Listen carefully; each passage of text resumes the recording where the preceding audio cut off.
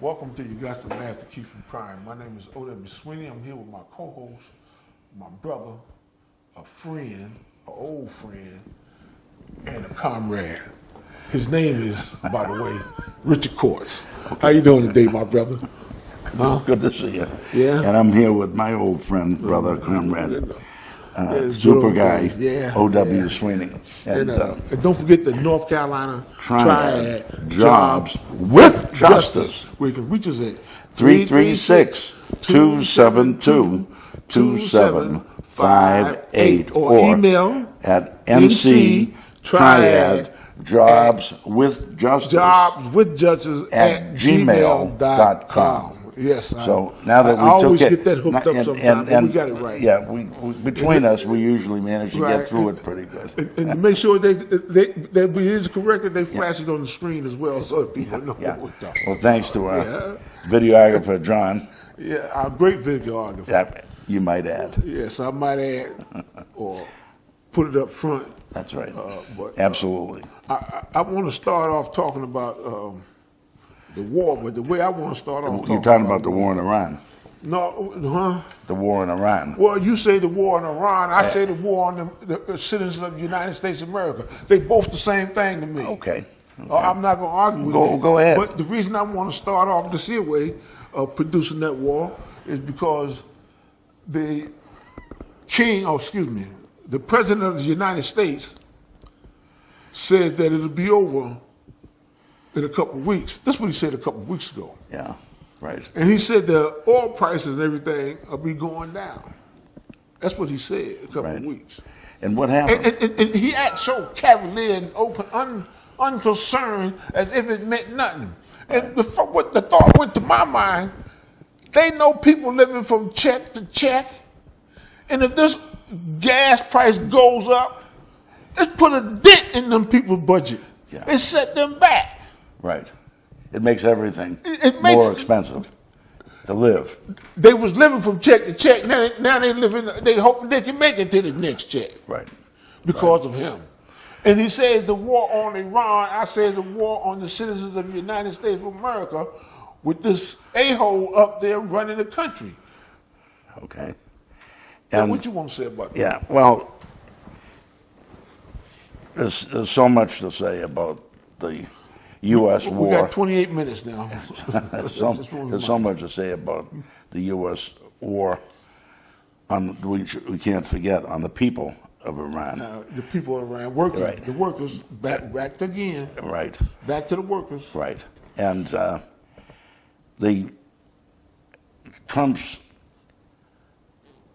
inability to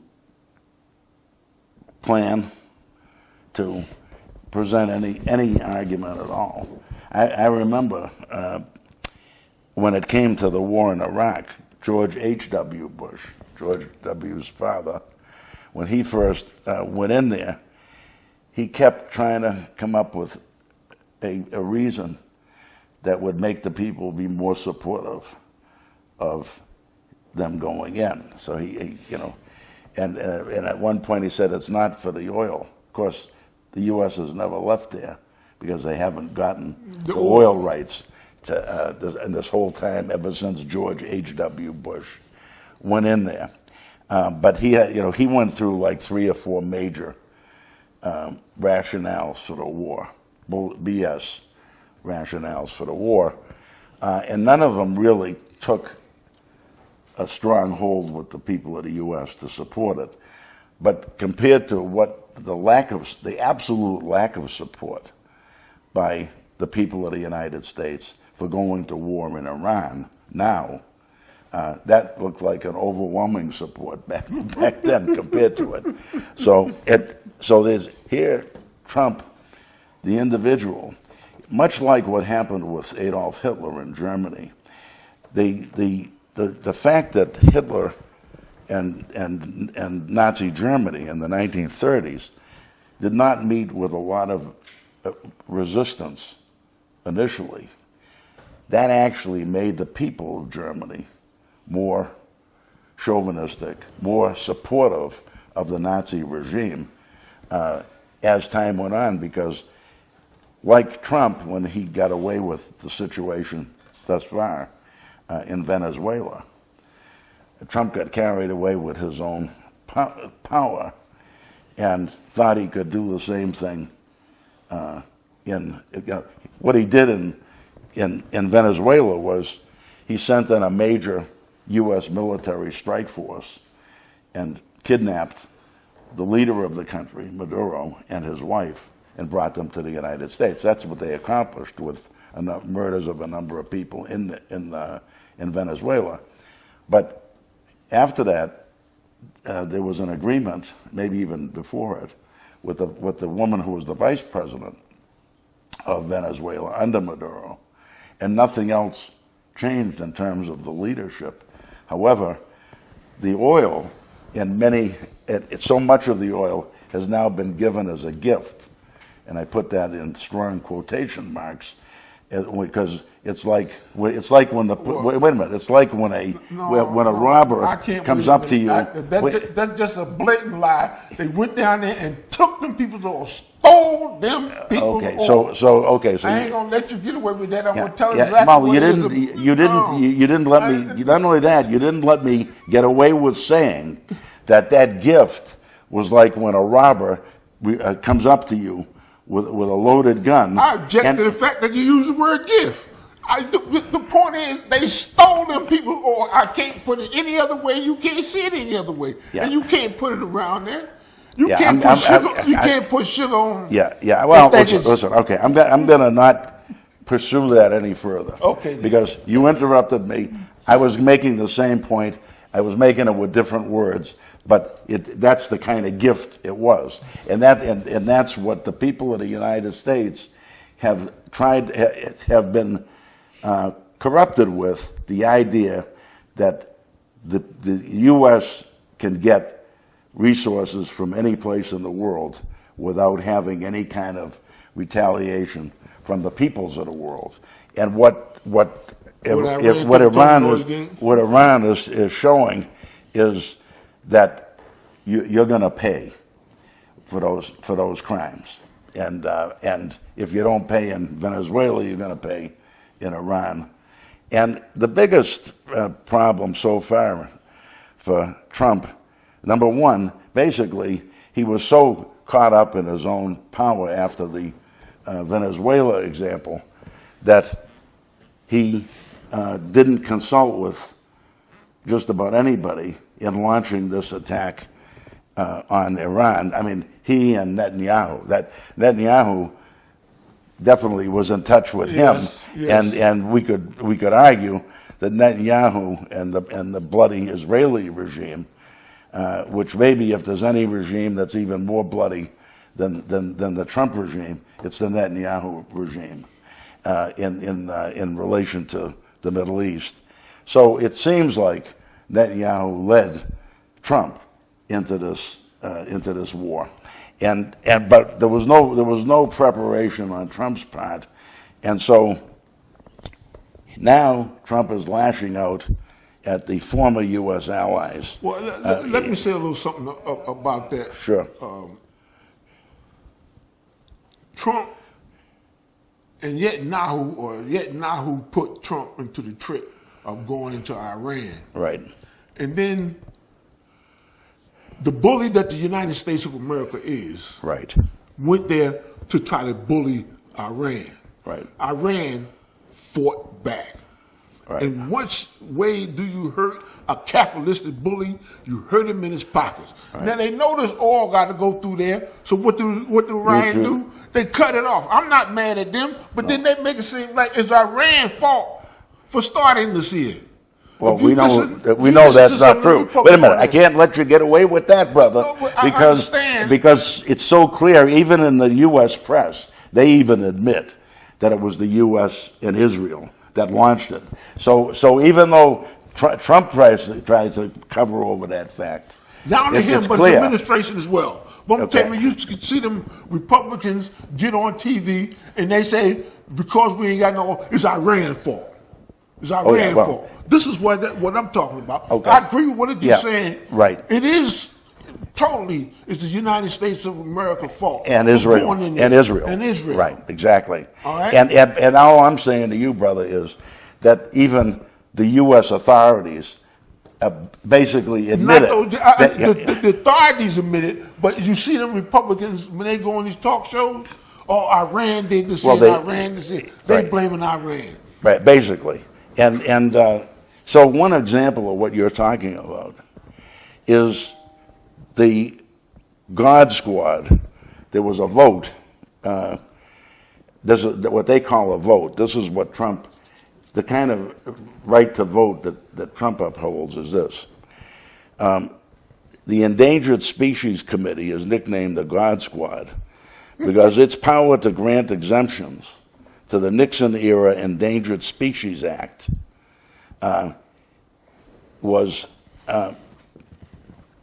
gives them the power of God, so to speak. I mean, for those that believe that we're an endangered species, the way the working people are, the working people, that this meeting of the Endangered Species Committee, the God Squad, voted. This is a term that's in an article from Reuters, the British version of the Associated Press, and they said, but it's made up of the 6 senior members include the heads of the Interior Department, the Agriculture Department, the Environmental Protection Agency, and the Interior Secretary.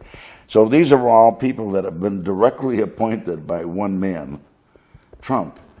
And they voted, according to this piece, unanimously to exempt the Gulf of Mexico oil and gas industry. This is in line with what you said, from a federal law meant to protect endangered species, including whales, birds, and sea turtles. And we might add, and of course, humanity as well, right?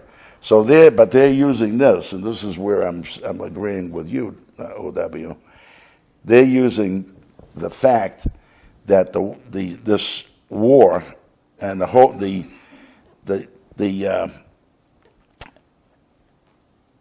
because of the threatened Gulf, because of the threatened oil and gas at the Straits of Hormuz, that because of that, for the first time in more than 3 decades, this latest government effort to unwind environmental regulations that Trump says hold back domestic energy production. So they're using even their defeat that's going on right now in order to put the burden on the people, including in this country right now. The working people, the people who put him in office. Right. Well, but the idea that what got my goat was that that Reuters used the term "voted" as if that's some kind of a democratic thing that they did. But this is the exact thing that what you're talking about. To use the war and the defeats in the war as an excuse to give the billionaires more money. And rich get rich and the poor get poor. Right.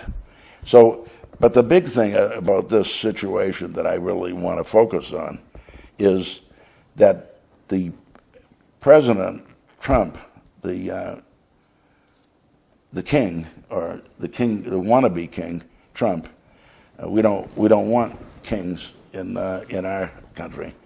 So the you people just said don't. We don't want Trump. Go ahead. Right. That's exactly right. And but Trump is now lashing out at U.S. allies now that. You mean the ones he said he don't need? That's exactly right. The ones he said he doesn't need, and actually, and he says to them, "Go get your own oil, and you'll have to start learning how to fight for yourself. The USA won't be there to help you anymore, just like you weren't there for us. And go get your own oil."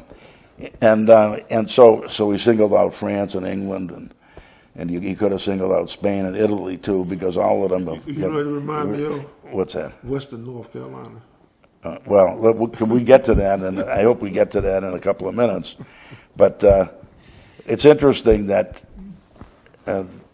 I go back to Trump's first Secretary of Defense, General Jim Mad Dog Mathis. And even though his nickname was Mad Dog, he resigned from Trump's cabinet in December of 2018, effective the beginning 2019, precisely because Trump was driving away the U.S. allies, and this general, Mad Dog, Secretary of Defense, insisted that you have to have allies. Well, damn it! Sure enough, look at this situation where Trump called on all the long-term allies of the United States for help, and not one of them, Israel got him into it. Don't count Israel. Well, because this was Netanyahu's strategy. It wasn't Trump's strategy. No. It was Netanyahu's strategy, and so they couldn't get even a one of them to come through for them. So now go get your own oil, and I love it. Even though like you, I'm not angry at Iran. This was an unprovoked war. That's right. That was launched by Trump. Because they say Iran should not get the nuclear bomb. Right. Now, my question is, they have proven why Iran feel they need the nuclear bomb so they don't be bullied no more. Exactly. Well, and who the hell in the United States of America say they shouldn't get the nuclear bomb? Name me another one that dropped, another country that dropped it on another human being. You mean beside the United States? No, just name me another. No. I want our viewers to know that the United States is the only country in history thus far to drop. That's why I asked you to name me another one. You can't name another one. I can't name another one because there isn't another one. All right, then. But I can tell our viewers what was behind your question. Yes. Yeah, and that is a fact. And they talk about, well, Iran don't want to come to terms doing what I want. Putin ain't come to terms do what he want. Did he go after Russia? No, in fact. Did he go after Kim Jong-un up in Korea? North Korea ain't do what he want. Did he go up there and beat up on them? And they're doing what they want. And they have That's the nuclear. Right. They're sovereign. And they got They're the nuclear. Because China already told them years ago, don't you come up here with this trash. Right. Because we ain't going to have it. Because China can talk to them on the same terms. See? The only thing they're doing is picking on people that they can beat. Or they think they can beat. I think Iran is teaching them a lesson. Yeah. But wait a minute. One thing about this is definitely, years ago, many years ago, I referred to Johnson's war, meaning Lyndon Johnson's war on Vietnam. But that was not nearly the individual responsibility. It wasn't even Johnson's war. Well, it was Johnson's war, and that war started under Eisenhower. Go ahead. We ain't gonna get into history behind that. That war started. It's got a longer history than that. If we need to get into it, we will. We can go back to the French. The French, right? And before them, the Japanese. Okay. The French were the ally of the Vietnamese during the fight against fascism. Okay. And then the French tried to conquer them, and they were defeated, even though the U.S. financed that war for the last couple of years that the French were even there before they were defeated. Okay. And then the U.S. went in. But anyway, the fact that gasoline is now over $4 a gallon here in the U.S. on the average, you and I can say with emphasis, this is on Trump, because he didn't consult with anybody. He didn't even consult with the Congress. He didn't consult with the big shots in the Congress, the big 8 in the Congress, and all of that. But it'll be over in a few weeks. Yeah, right. Yeah, don't hold your breath.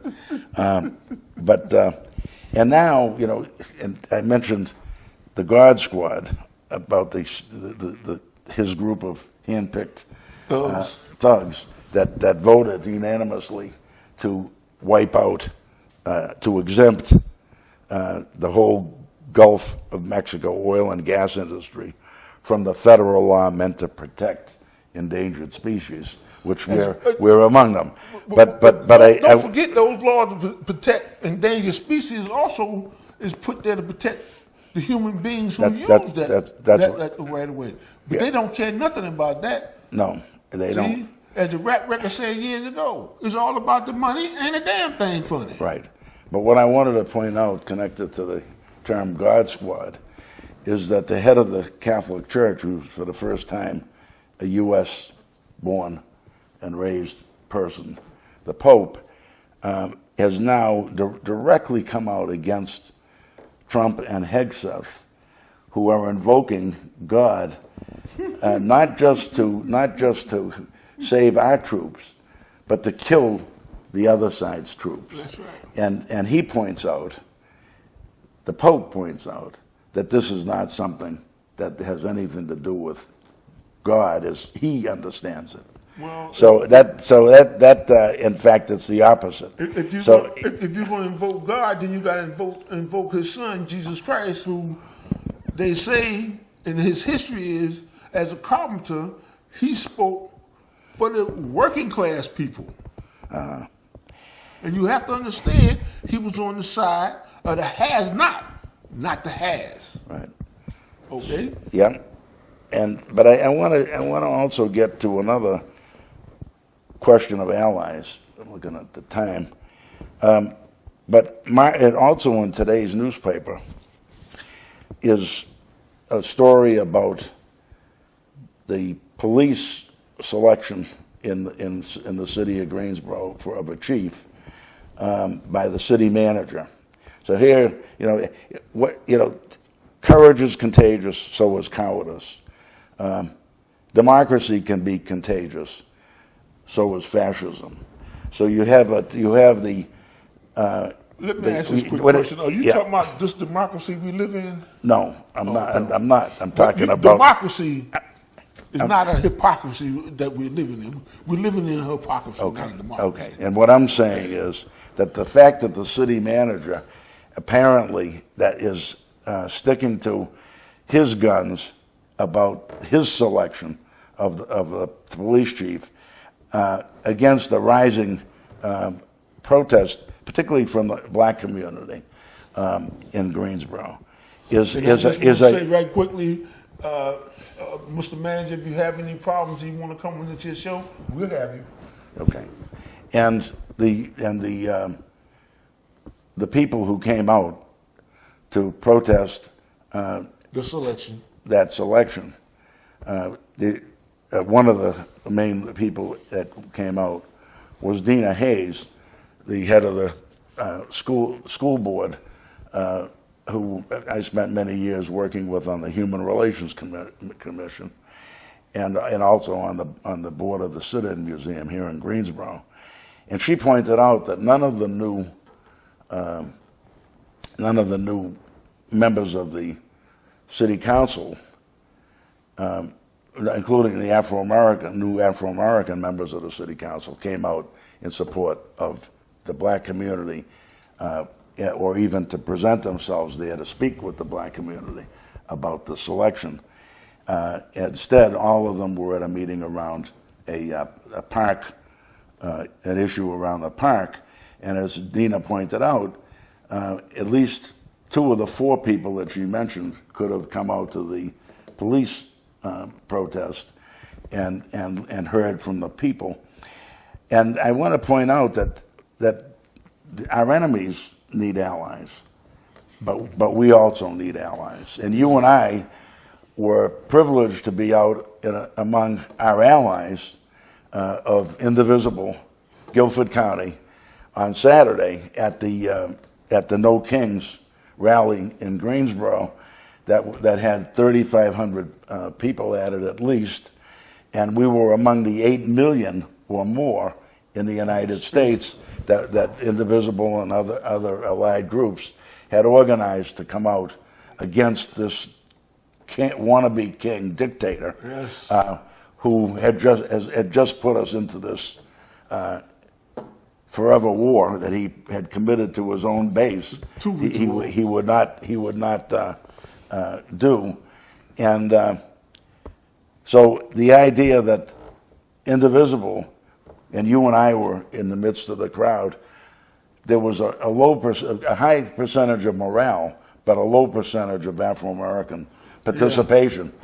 And I think both of us would say, and you're here to say yay or nay. We all on this ship. Exactly. And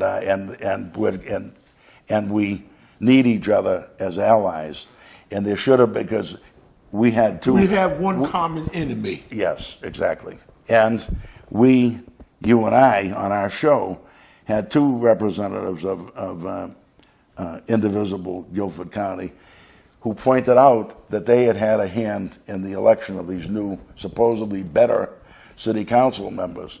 But this doesn't show that these are better council members, but it does show that the people, the Afro-American community and the white and Latino communities and all the others represented, the citizens and the people of this country need to be united all together. And this should not happen again, where the black community's voice is not being aired. The taxpayers. So, yeah. Well, and so I think on the question of allies, we don't want the Mark Robinsons and their corrupt families to be the black representatives that Trump picks out for the black community. We want the black community to pick out their own advocates, just like we want not the phony Democrats from corporate America, but the people who are small d Democrats to be out there for the people as a whole. The people. Because in our unity lies our strength.